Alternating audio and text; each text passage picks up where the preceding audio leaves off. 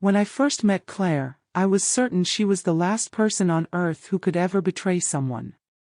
She had this gentle patience about her, a kindness that made any space feel brighter.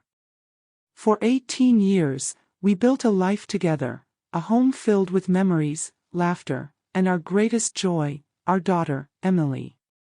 Emily was 17 now, smart, beautiful, and with a heart that reminded me of her mother, or at least the woman I believed Claire was. She had been seeing a boy named Tyler for nearly a year. He was polite, well-mannered, the kind of young man any father would approve of. He often joined us for dinner, and I liked him. He treated Emily well, and Claire used to say he reminded her of me when I was younger. Everything seemed innocent, until it wasn't. It began one night when Emily came home from Tyler's place earlier than usual, visibly shaken. She wouldn't talk to either of us and locked herself in her room. I figured it was a teenage argument, those could feel like the end of the world. The next day, she left to stay at a friend's house and didn't return all weekend. That's when things started to feel wrong. Claire became jumpy, glued to her phone, avoiding eye contact, and finding reasons to be out of the house for hours. By Sunday night, my unease got the better of me. I checked Tyler's social media, hoping to understand what had upset Emily. What I found instead broke me. There was a reposted private story, a blurry photo of Claire and Tyler in a car, their hands intertwined.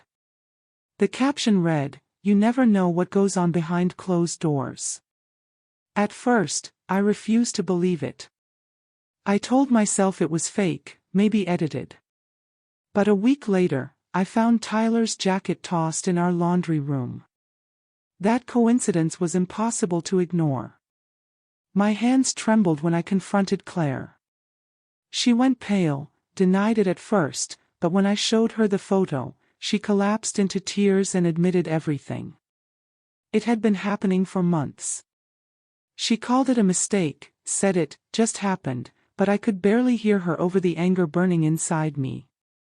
The cruelest blow came later. About a month after I moved into the guest room, she told me she was pregnant. My first reaction was disbelief.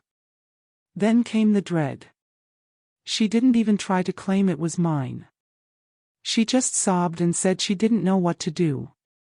That was the moment something inside me went cold. The woman I loved had not only betrayed me but destroyed the family we built. Emily found out soon after.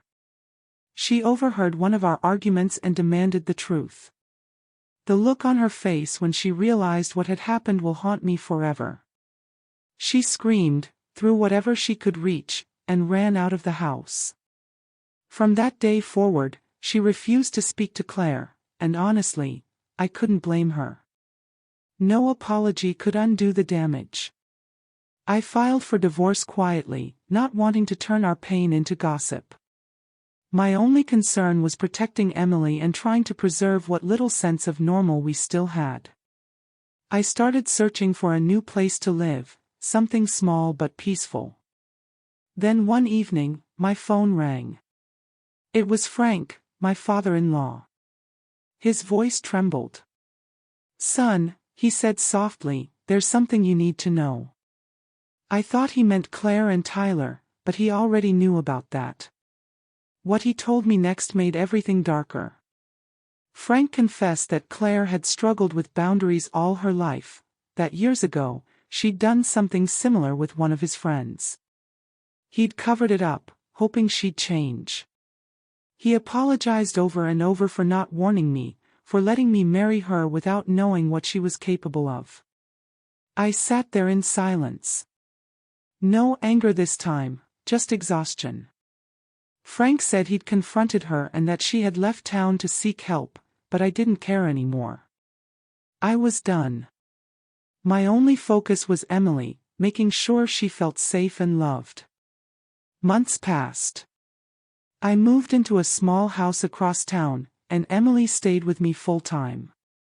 She was quieter now but slowly healing. Therapy helped her process everything, and I started going too. It wasn't easy, but at least we were finding our footing again. Claire called a few times, but I never picked up. I didn't hate her, I just couldn't let her back in. Some wounds never close the way you wish they would. Frank visited occasionally, bringing groceries or checking on Emily. He blamed himself, but I told him it wasn't his fault anymore. We both needed to let go of what was broken. One evening, Emily and I sat on the porch watching the sun slip below the horizon. She turned to me and said quietly, "Dad, thank you for not leaving me alone in this mess." That one sentence reminded me why I had to stay strong. Betrayal had taken my marriage, but it would never take my love for my daughter.